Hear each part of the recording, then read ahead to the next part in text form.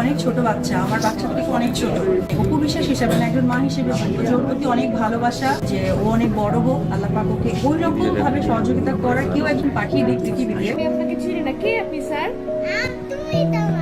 আমি তোমার মা, কিন্তু তোমার এখন কিছু লাগলে কার কাছে যাবা? কে ভাই আপনি? যান যান, আপনাকে আমি চিনি না, যান।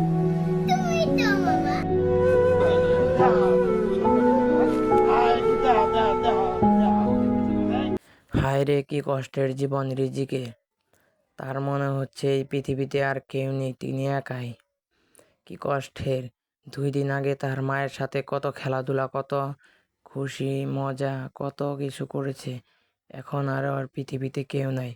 তার বাবা আছে, তার ইকরাম মারা যাওয়ার পরে রিজিকের আর কেউ নেই। তার বাবা নতুন জীবন শুরু করতেছে। এখন ইকরাম মারা গেছে, জাহির আলবি এখন খুশি। কি বলবো, বাংলাদেশ একটা ছোট শিশুর জীবনে খেলা। এখন অতি ছোট ছেলে, এখন আর কি করবে। আর অপু বিশ্বাস 3 বছর আগে বুক ফুলিয়ে বলেছে যে ওদের মতো আর সংসার এত সুন্দর হয় না, কত মজা মাস্তি করেছে।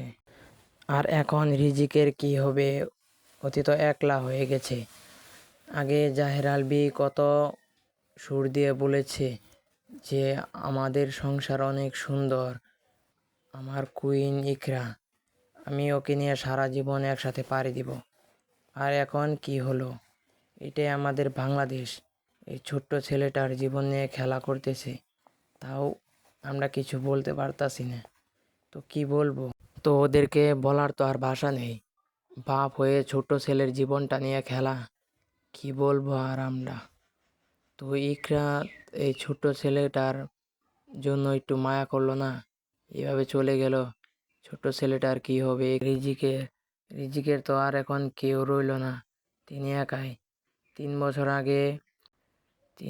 আগে অপু বিশ্বাসের সামনে জাহের আলবি বলেছে এটা আমার কুইন, আমি ওকে নিয়ে সারা জীবন পাড়ি দিব। আর এখন কি হলো। তো গাইস, আজকের মতো এই পর্যন্ত, দেখো অন্য কোনো ভিডিওতে।